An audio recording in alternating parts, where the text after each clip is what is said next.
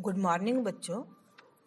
पहले मैंने आपको हिंदी का एक लेसन करवाया था, जम्मू कश्मीर में हिंदी। उसका मैंने आपको सार समझाया था और आपको मैंने नोट्स भी भेजा था।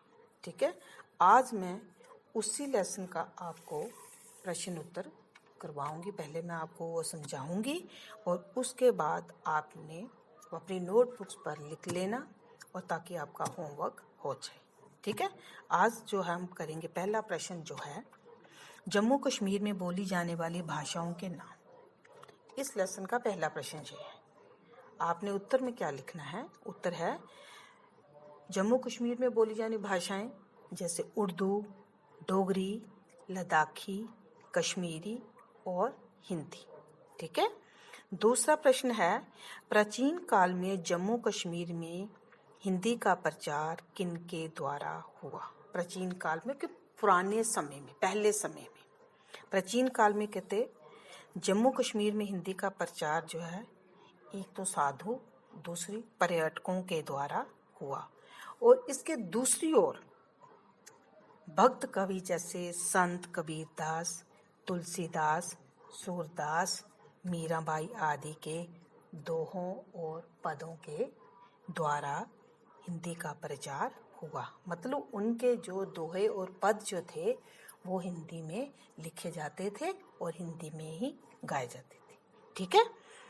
तीसरा प्रश्न जो है वो है, हिंदी भाषा का संबंध संसार के कौन से भाषा परिवार से है? हिंदी भाषा का संबंध संसार के बहुरूपीय परिवार से है। चौथा क्वेश्चन है, कश्मीर के भक्त कवि हिंदी में कविता क्यों करना चाहते थे? इसका उत्तर है बच्चों, कश्मीर के भक्त कवि अपनी भक्ति से संबंधित उद्गारों को वाणी देने हेतु हिंदी में कविता करना चाहते थे ताकि हिंदी को बढ़ावा मिले और हिंदी का प्रचार बढ़ जाए। ठीक है। पांचवा प्रश्न है, जम्मू के प्रथम हिंदी कवि का पूरा नाम क्या था और वह किस नाम से प्रसिद्ध हुए? पूरा नाम था लक्ष्मण जू बुलबुल और वो दत्तू के नाम से प्रसिद्ध हुए। ठीक है। छठा क्वेश्चन है, वीर विलास नामक ग्रंथ के कवि का नाम क्या था? वीर विलास नामक ग्रंथ के कवि का नाम था दत्तू। सातवां प्रश्न है, हिंदी को जम्मू कश्मीर में कब सरकारी संरक्षण मिला? हिंदी को जम्मू कश्मीर में सन 1857 से लेकर 1865 ईस्वी तक के समय में सरकारी संरक्षण मिला। आठवां प्रश्न है, जम्मू कश्मीर की सरकारी भाषा का नाम। इसका उत्तर है, जम्मू कश्मीर की सरकारी भाषा का नाम उर्दू है। नौवां प्रश्न जो है वो है, हिंदी हमारे देश की राष्ट्रभाषा क्यों बन गई? हिंदी हमारे देश की राष्ट्रभाषा क्यों बन गई? सुनो बच्चों, हिंदी हमारे देश में विचारों को आदान प्रदान की सबसे महत्वपूर्ण भाषा है। मतलब हिंदी इतनी सरल भाषा है कि इसके जरिए हम अपने विचारों को एक दूसरे के सामने प्रकट कर सकते हैं बड़ी आसानी से। ठीक है। ये भाषा जो है भारत की एकता और अखंडता को बनाने का महत्वपूर्ण प्रतीक है और ये संपूर्ण देश की लोकप्रिय भाषा है। मतलब सबको अच्छी लगती है, सबको प्यारी लगती है, क्योंकि हम बोल भी लेते हैं आसानी से और आसानी से दूसरे की हिंदी भाषा समझ भी लेते हैं। इसलिए हिंदी हमारे देश की राष्ट्रभाषा बन गई। ठीक है। और अंतिम प्रश्न है, 10वां प्रश्न, आजकल जम्मू कश्मीर में हिंदी का प्रचार और प्रसार किन माध्यमों से हो रहा है? पहला प्रश्न जो था ना, प्राचीन काल में साधुओं के द्वारा, पर्यटकों के द्वारा, जो हमारे संत हुए हैं, उनकी वाणी, उनकी दोहों, उनके जो है पदों के द्वारा हुआ था प्रचार। आजकल के जमाने में, आजकल के समय में हिंदी का प्रचार कैसे हो रहा है? इसमें है, पहला जो है, हिंदी जो है स्कूलों, महाविद्यालयों और विश्वविद्यालयों में पढ़ाई जा रही है। ये भी एक जरिया है हिंदी का प्रचार होने का। दूसरा है हिंदी में अनेक शोध प्रबंध लिखे जा रहे हैं। तीसरा है साहित्यकार जो है अपनी जो रचनाएं हैं वो भी हिंदी में लिख रहे हैं। चौथा है सिनेमा, दूरदर्शन, रेडियो आदि के द्वारा भी हिंदी का प्रचार प्रसार अधिक मात्रा में हो रहा है। और पांचवा है शीजा, योजना, वित्सता, नीलजा, हिमानी जैसी जो महत्वपूर्ण पत्रिकाएं हैं वो भी हिंदी में ही प्रकाशित हो रही हैं। और छठा जो है उसमें है कश्मीर टाइम्स, जम्मू समाचार, इवनिंग न्यूज़ आदि समाचार पत्रों के माध्यम से भी हिंदी का प्रचार प्रसार हो रहा है। ये प्रश्न जो था आजकल के ज़माने में हिंदी का प्रचार कैसे हो रहा है, जो पहले मैंने एक प्रश्न आपको कराया था वो था प्राचीन काल का, ठीक है।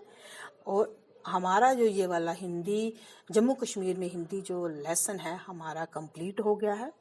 आपने इसका सार भी लिख लेना है, पूरा कवि परिचय जो है वो भी लिख लेना है।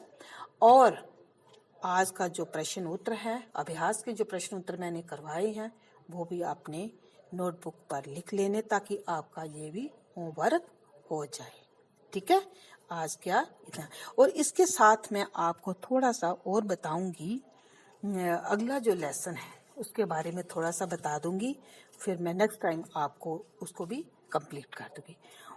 जो आगे का जो लेसन है वो मैं आपको कविता के बारे में बता रही हूँ। कविता है नारी श्रृंगार, ठीक है। वो होमवर्क आपने कर लेना जो मैंने दिया आपको, ये आपने समझ लेना है, ये आपने समझना है कि मैं क्या बोल रही हूँ और आपने ध्यान से सुनना है। नारी श्रृंगार, नारी श्रृंगार बेटा आपको पहले पता लग गया होगा कि नारी का श्रृंगार, नारी श्रृंगार कौन कौन सा करती है, ठीक है।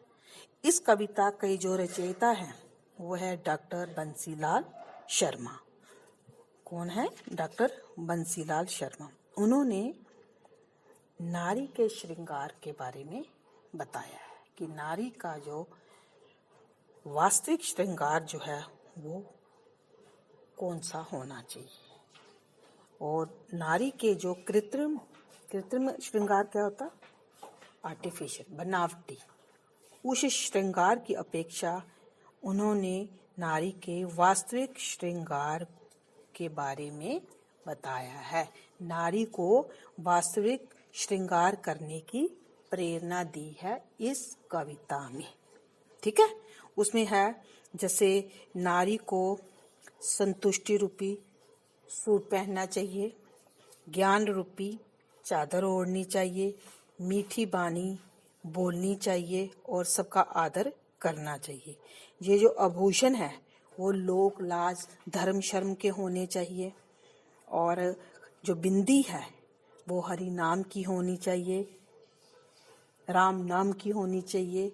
हरि नाम का जो है वो आंखों में काजल लगाना चाहिए, और अपनी जो पश्चिमी सभ्यता को त्याग कर अपनी मीठी बानी हिंदी बोलनी चाहिए, और यम नियम का उसको मंगलसूत्र पहनना चाहिए, पूजा पाठ का उसको चूड़ा डालना चाहिए, मन में किसी के प्रति ईर्ष्या द्वेष वैर नहीं रखना चाहिए, और किसी को भी अपशब्द वो ना बोले, ठीक है। और जो अपने जो बाल बनाने हैं वो भी सत्य रूपी कंघी होनी चाहिए, सच की कंघी होनी चाहिए।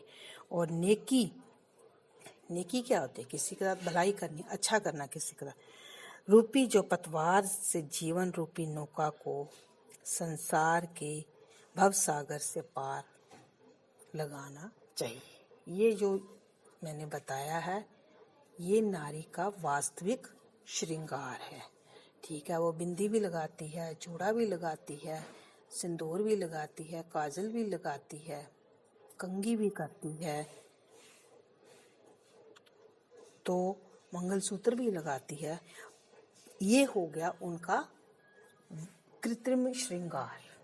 वास्तविक श्रृंगार जो है उसके साथ उसकी तुलना किसके साथ की? जैसे सूट की गई है तुलना संतुष्टि के साथ, संतुष्ट होना चाहिए इंसान को। और चादर जो है जैसे जिस जो दुपट्टा लेती है वो क्या होना चाहिए, ज्ञान का। अपने उसको ज्ञान होना चाहिए कि मैं अच्छा क्या कर रही हूँ, बुरा क्या कर रही हूँ। और बोली उसकी मीठी होनी चाहिए। जो वो काजल लगाती है वो भगवान के नाम का होना चाहिए, ठीक ना। और जो बिंदी लगाती है वो भी राम नाम के भगवान की होनी चाहिए। चूड़ा जो है वो पूजा पाठ का होना चाहिए, जैसे भगवान की पूजा करते हैं वो पूजा पाठ रूपी चूड़ा होना चाहिए। और किसी के साथ वो ईर्ष्या द्वेष ना करे। ये जो नारी का जो वास्तविक श्रृंगार है, इस कविता में बंसीलाल शर्मा जी ने इसको दर्शाया है कि नारी जो है कृत्रिम श्रृंगार को त्याग कर वास्तविक श्रृंगार करे तो वो भगवान को पा सकती है। ठीक है, ये मैंने आपको थोड़ा सारांश इसका बताया है। और अगले जो मेरा लेसन होगा उसमें मैं आपको इसका व्याख्या भी करवाऊंगी और इसके प्रश्न उत्तर भी करवाऊंगी। ठीक है। और बच्चों, आपने घर बैठ के जितना भी हम पढ़ा रहे हैं उसको आप रोज़ थोड़ा थोड़ा उसकी रिवीजन करो, उसको देखो। कोई चीज़ की समझ नहीं आती तो हमारे से आप पूछ सकते हो। नंबर तो आपके पास सभी के पास होगा हमारा, ठीक है, पूछ सकते हो। और ध्यान से पढ़ना और मन लगाकर पढ़ना। ये नहीं है कि हम घर बैठे हैं तो टीचर पढ़ा रहे हैं तो हमें कौन सा देख रहा है क्योंकि हम पढ़ रहे हैं। जी आपने ये ही पढ़ना है, ठीक है। और आज का इतना, थैंक यू बेटा।